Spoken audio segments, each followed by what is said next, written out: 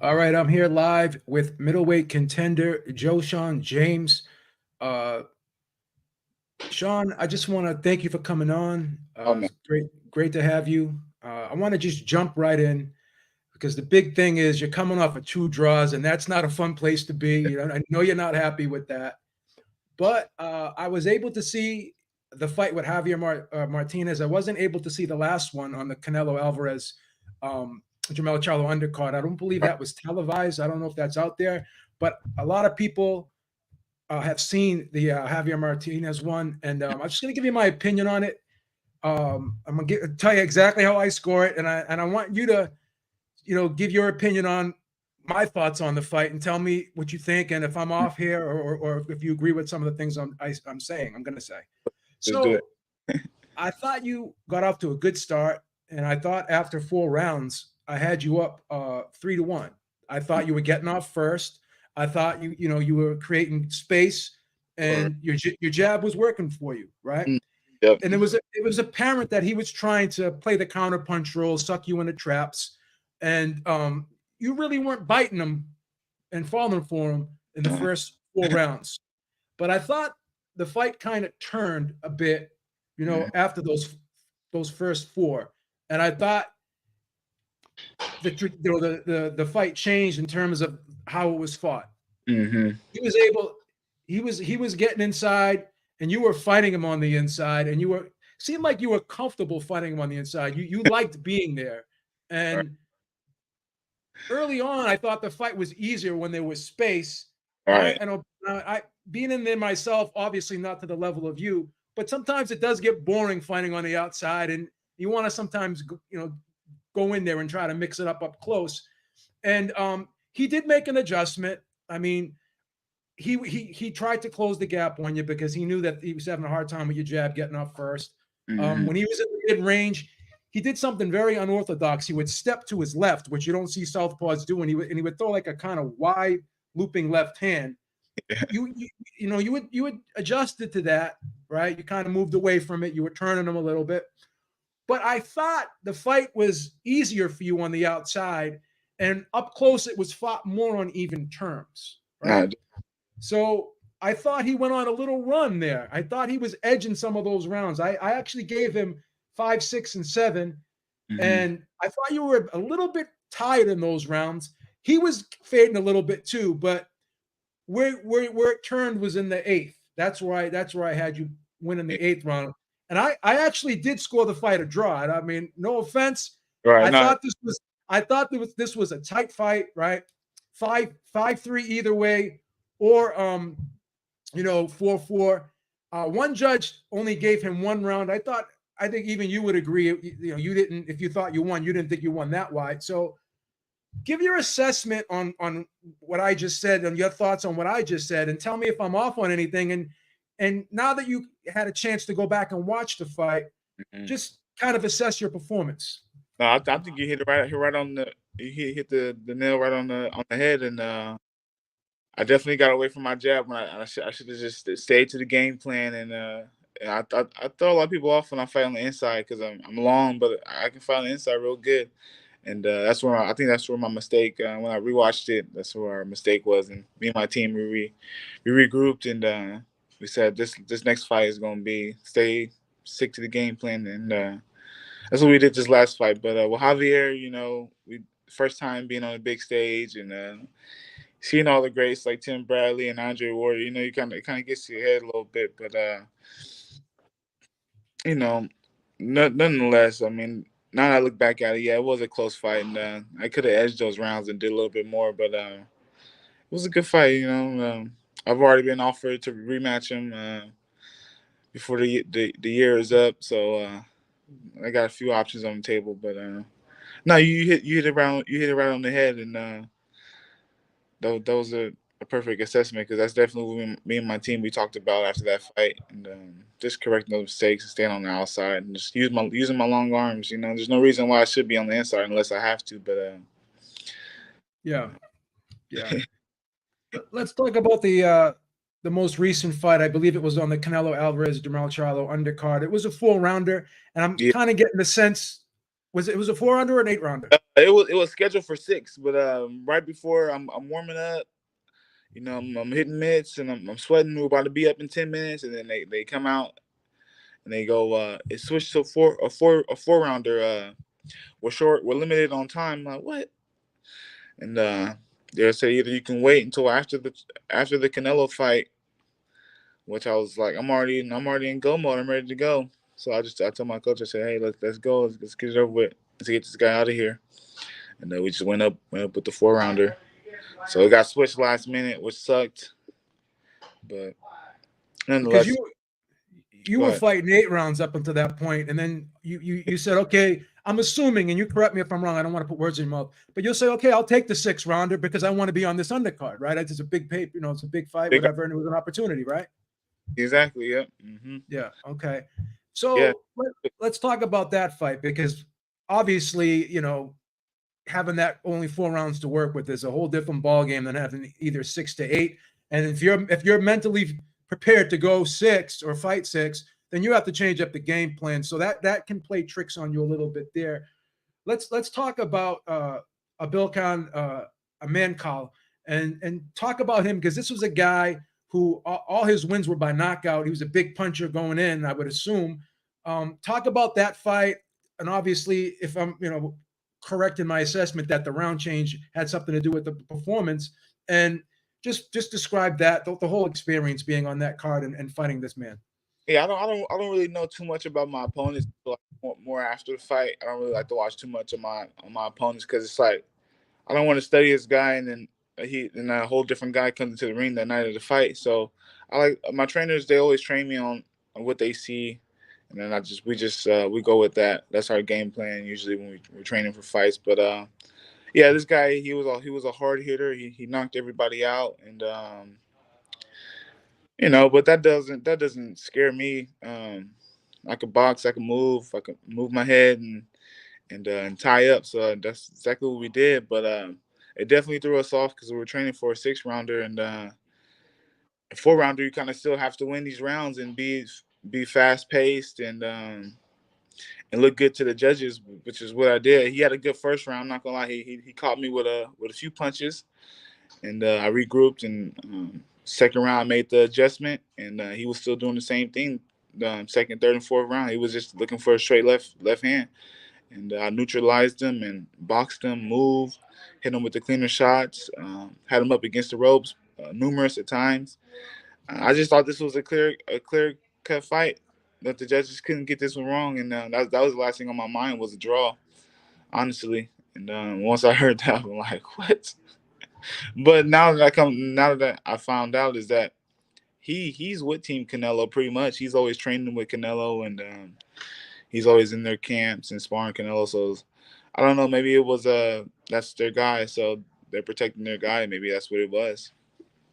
But you were also sparring for Canelo too, with Yeah, but Canelo, it's funny. and talk about that experience. How did that come about? And were you both sparring each other during this time period, preparing each other?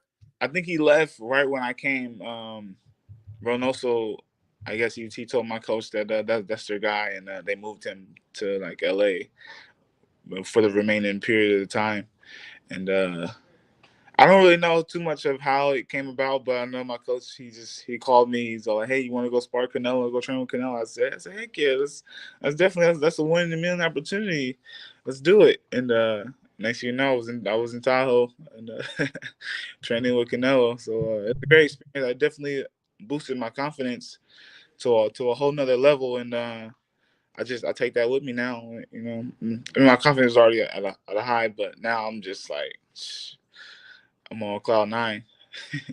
So when you were in there with him, were they anticipating Charlo to move a lot like he did? And did you kind of try to emulate that style where you moved a lot, try to force him to cut off the ring against you? How did you approach the session? Yeah, I think that's what they seen. Where I can box and I can move and I can use the jab and move, and I think that's why it brought me in because that's pretty much what I did. And Canelo was cutting off the ring. We're doing 4 minute rounds, and he would just down. He would take the first 2 minutes and just download you, and the last 2 minutes he'll come at you and try to take your head off. But I think I definitely, if you look at the Charlo fight, um, it's almost like a mirror image of me sparring Canelo. Like I was moving, throw a few punches, move, and then Canelo would throw the body shots, and he'll try to set you up with some big shots. So I think it worked out perfect for Team Canelo for having me in the camp. I think I played a big role in that decision of Canelo getting that unanimous win. Let's talk about another guy I heard you worked with in Erikson Luben. Now, were you getting him ready for you were working with him at the same time or shortly thereafter? No, that was earlier this year. That was his last fight against what's his name? The guy who beat Swift Hurd. I'm not forgetting his name, but that was his last knockout. He had got earlier this year, and what was that? Okay. June or July. But yeah, Hammer, he lives up to his name, man. He does hit hard like a hammer. I'm not gonna lie, he's up there with Canelo actually. But who was the harder guy to deal with? What was the tougher session? I'm putting you on the spot. You don't have to answer it if you don't want to. I'm gonna definitely say Canelo because he's somebody that you've watched for 10+ years fight, and he's like your idol, man. And then you're right there in front of him. So, but it's like you gotta focus. You gotta focus at the same time and not let that get to you because he's another human being just like you. You know, he get dressed in the morning just like you. So you can't let all that stuff get to you. You know, at the end of the day, it's our job. It's what we do. We fight. But Canelo definitely, he's like, I've never really got beaten up in sparring until this point. So like, so you're more than willing to admit that it was hard work. You were in there. You were definitely was it wasn't fun. It wasn't fun. No, it definitely was not fun, but it was out of my element, and I think it made me grow as a person and as a boxer too. You know, because 4-minute rounds, being in Tahoe, 8,000 elevation, just a new environment away from home, being in a fighter's house for the first time, and it was just all different. But I know it was all for the better. You know, you got to make those sacrifices to be a better person overall. What did you think of the fight between Canelo and Charlo? Were you disappointed like a lot of other people? Were you surprised? Just give me your overall thoughts on that. Yeah, I was definitely disappointed.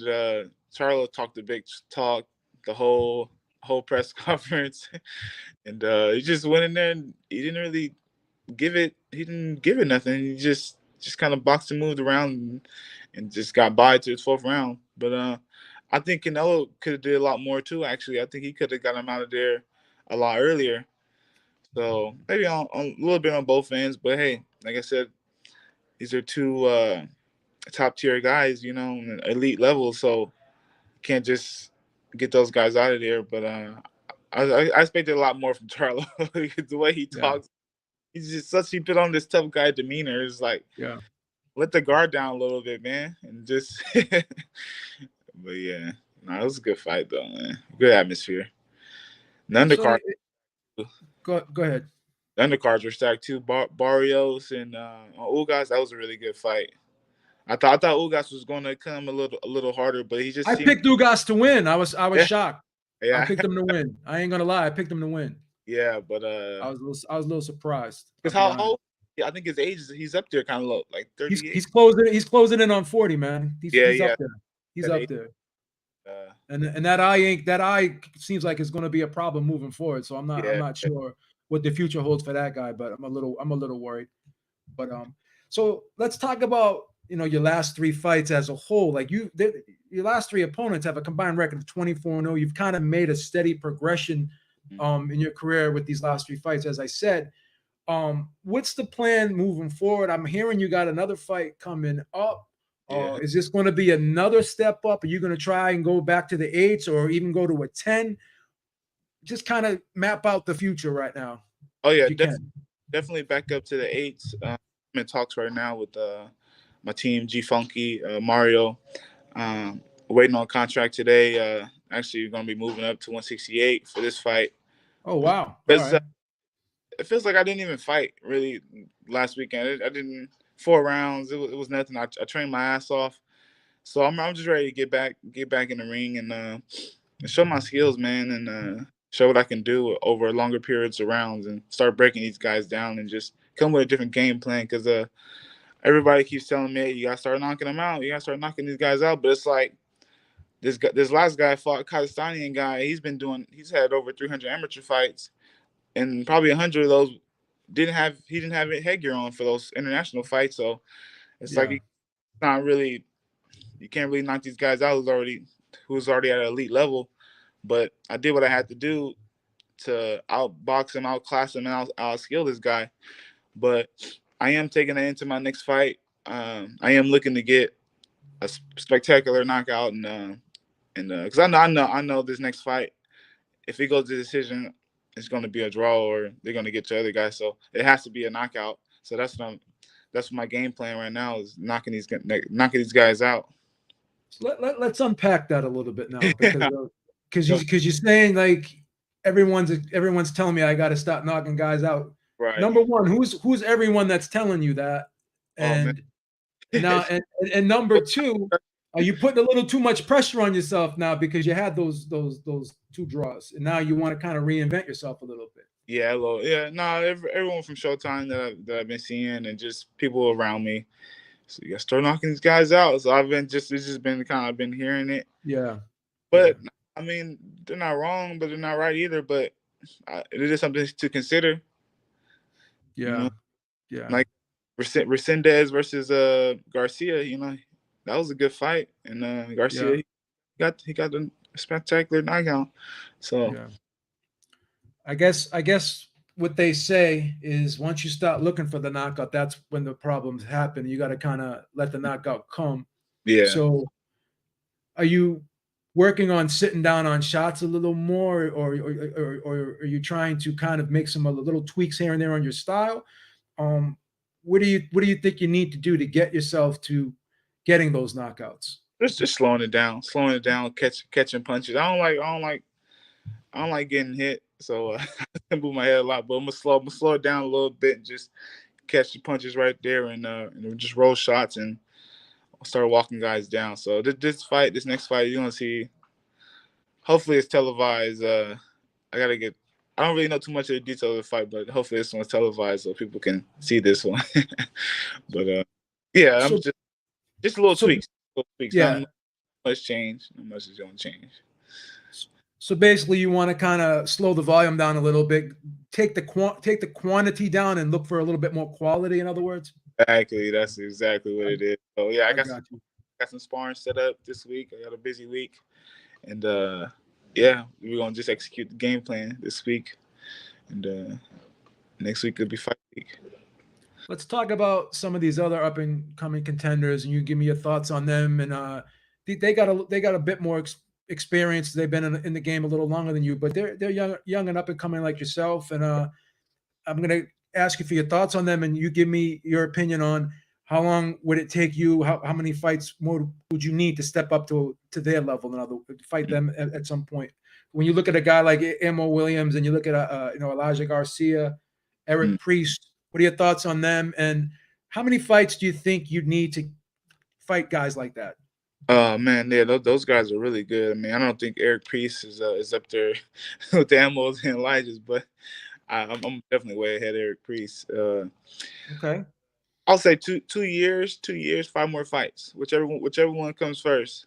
And like I said, I'm really realistically, if I would have got the W's and my hand raised, I'd be 9-0 right now. So I'm right there, I'm right behind these guys. You know, my path is a little bit more bumpier, but I'm right there on the tail. I'm right there on the tail trace of these guys, and these guys are good.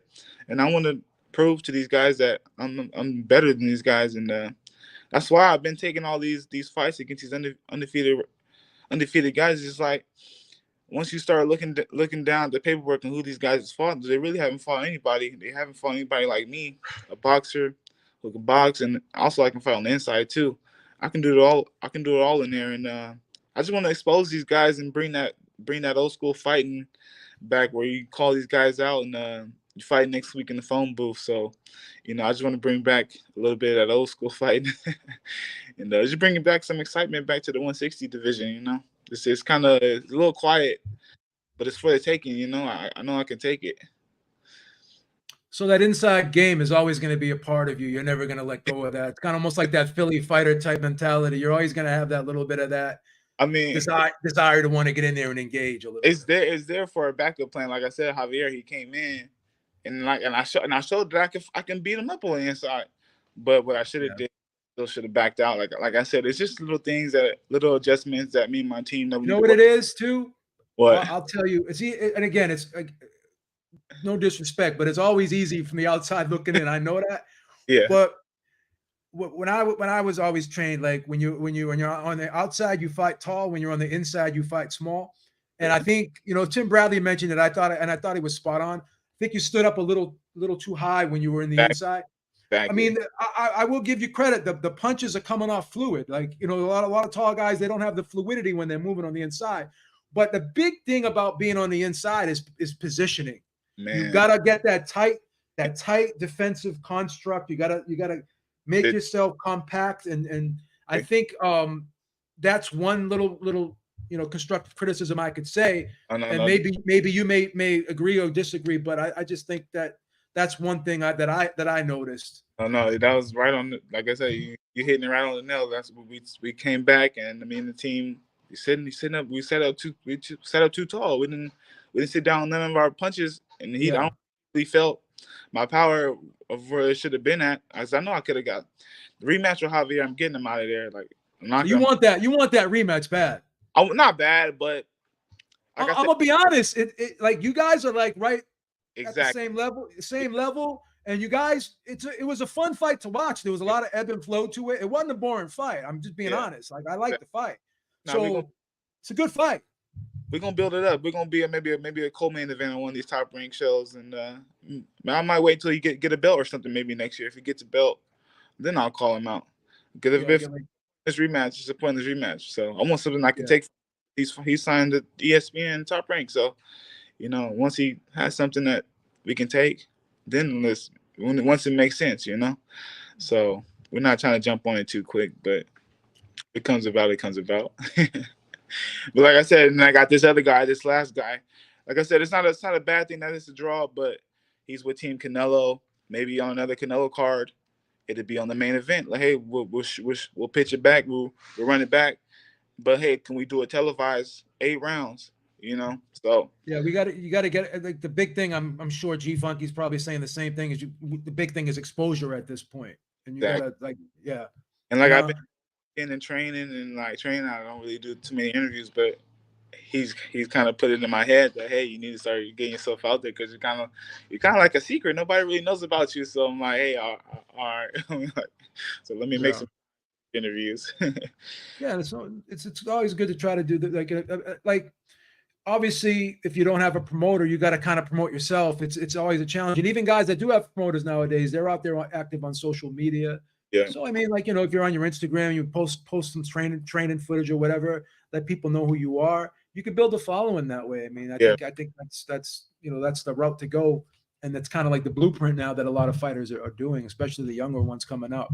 But so you had 3 fights, I believe, last year, and you're going to have 3 fights this year. What is the ideal amount of fights that you'd like to have? Yeah, I know you want to keep busy, but you are going to eventually move up to the 10 rounders, and the oppositions are going to continue to get better. What is the sweet spot right now for about the number of fights that you think you can handle right now? And I think quality over quantity, really. A lot of people, they try to pack in a busy year, but me, like I said, if my last three opponents can be all undefeated, and then we space them out 4 months apart, that's perfect for me. But like I said, I'd rather train for somebody who I know that I got to push myself in camp. That we gotta start doing this. We gotta start sitting down. We gotta start moving for this guy. I don't want to train for no taxi cab driver. I rather train for somebody who's actually worth it and who's gonna push myself, and then I'm gonna give the excitement to my fans and everybody to watch. So, 3 fights. 3 fights is good. Yeah, 3 fights is good. Yeah, I would agree with that. Literally from September, I did 3 fights, and it was 3 quality opponents. So at this point, are you comfortable being like a freelancer? You could you'll fight on any show, or is the goal is the goal to try to nail down a promoter, or Man, I know it's tough mapping it out now, but let's yeah. kind of like let's look at the short term. Like, what is the short term goal in terms of trying to get the exposure and continue to get the fights? Are you going to be the freelance for a while and then kind of down the road maybe sign with a promoter, or what is the plan if you No, can that's articulate that? actually thought I was thinking about that actually the other day, and I actually been getting comfortable just being the guy who can just come in and beat and just take the promoter's top guy and fight him and take his spot and knock him off. And but I mean, if a promoter comes around and they see me and it makes sense, then it makes sense. But I don't want to sign anything that doesn't make sense. You know, I'd rather stay and do it the hard way until it all does make sense. Like, if I can get another 5 more fights independent, be 13, 14 and 0, and then I can get someone to look at me. Build up the resume before you start exactly trying to nail something down, in other words. And that's what I want to do. I want to build my resume. I want to have something to show for when I go and talk to these guys, or whenever someone sees me, because it's like a lot of these local guys, they don't really have. I mean, they have fights, but it's like, who'd you fight once you really look down to it? But I mean, sometimes that don't even really matter. They just care about the knockout. So, me, I want to have something to show for, like, you know, my last 3 opponents. And then now look at this. If I get this next fight, it'd be my combined last 4 opponents to be 34 and 0. So yeah, like I want something to show for. So when is the next fight going to come about? What's the timeline on that? Do you have a date, or do you have a desired date? What can you tell us? From what I'm hearing from my coach is the 21st, October 21st. Oh, okay. So that's not too far away. Long Beach, I believe. Long Beach. Okay. Much of the details. I'm the fighter. You know, I just train. My coach, he comes at me. I'm like, hey, let's go. I tell him yes or no. What card is that going to be on? Do you know? Or if that's Golden Boy show. Oh, a Golden Boy show. So to be on the zone. Okay. Okay. So when you find out, I'll have G Funky text me the information, and I'll start tweeting it out and stuff. Yeah, I got right back to work once I got back in town. It's like it didn't feel like I didn't even fought. Like I wasn't sore or anything. Like I just got right, and then just took days off, and I'm like, all right, let's get right back to it, man. I know something was gonna come, and then look at now we got another fight. So I just busy. Say best. All right, man. Do you have any social media you want to shout out to the fans so people can follow you? I know you have an Instagram. You want to shout that out to the fans? Yeah. Social media is Instagram, 2Sean3, the number 2, and then Sean, and then number 3. So you guys, I'm gonna post some pictures today from the behind the scenes of the Charlo fight, and you know, that's where you guys can keep updated with fight announcements, a little training videos. I've been doing like some skits, some what not to do in fighting skits and stuff like that. So, you know, Instagram, you guys can follow me on Instagram. Okay, so G Funky is telling me that you're on the Alexis Rocha card with Giovanni Santillan. Oh, okay. So make sure you check out Joeshon James on the undercard of Alexis Rocha, and that's going to be the next destination for you, man. And I'll be checking you out, and I hope everyone in the chat checks you out, and the fans get a peep at you, man. And it's great talking to you. And man, you know, I'll put the word out for you, man. Thank you for having me, Joe. I appreciate you for real. All right, man. All right. You have a good one, man. Stay out, man. Good luck.